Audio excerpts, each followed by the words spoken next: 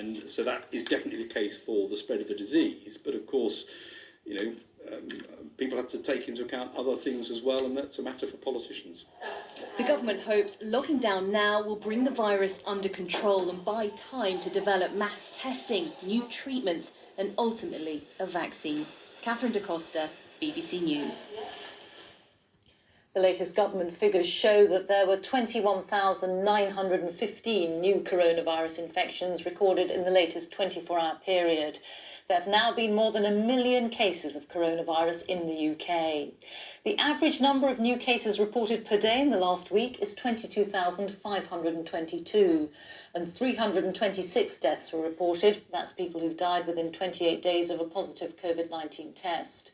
It means, on average, in the past week, 259 deaths were announced every day, and it takes the total number of deaths so far across the UK to 46,555.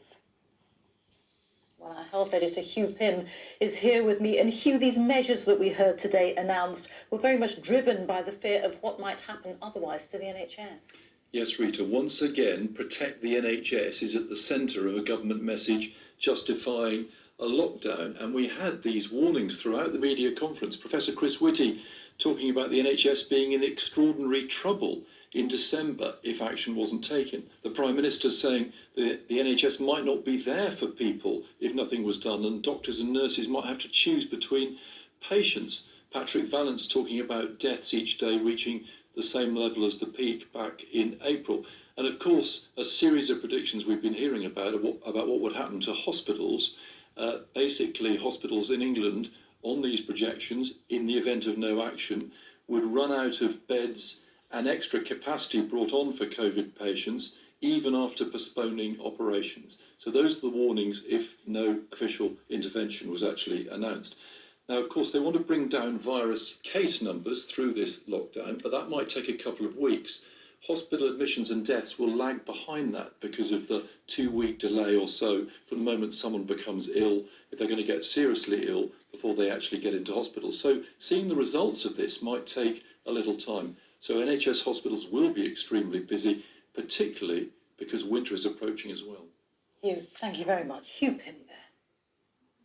The Treasury's furlough scheme, which has subsidised the wages of up to 9.5 million employees, was due to end tonight, but it's now been extended across the UK for another month, as our business correspondent Katie Austin reports. This was the Zimbri restaurant in Bournemouth in August, busy with Eat Out to Help Out diners. From Thursday, it will, alongside all other pubs and restaurants in England, have to close for a month and once again put staff on furlough. A lot of businesses only just came out of this last lockdown. A lot of businesses won't come out of the second lockdown. Furlough will help employees. It will not save businesses. Then will need to be more grants, VAT, rates. The owner of this beauty salon in London fears either demand for her services will plummet again or she'll have to close. The furlough will not be enough. Yes, it does help, and I know it's difficult, but it won't be enough. We do need money. We do need to get assistance and support. We won't be able to do it otherwise. I've got to pay rent. The British Retail Consortium said the new England-wide restrictions amount to a nightmare before Christmas. It would be a disaster for us all as customers in the lead up to Christmas if part of the retail industry were forced to close as part of today's announcement. £1.6 billion a week of retail sales were lost in April, May and June, and that would be an even bigger figure with the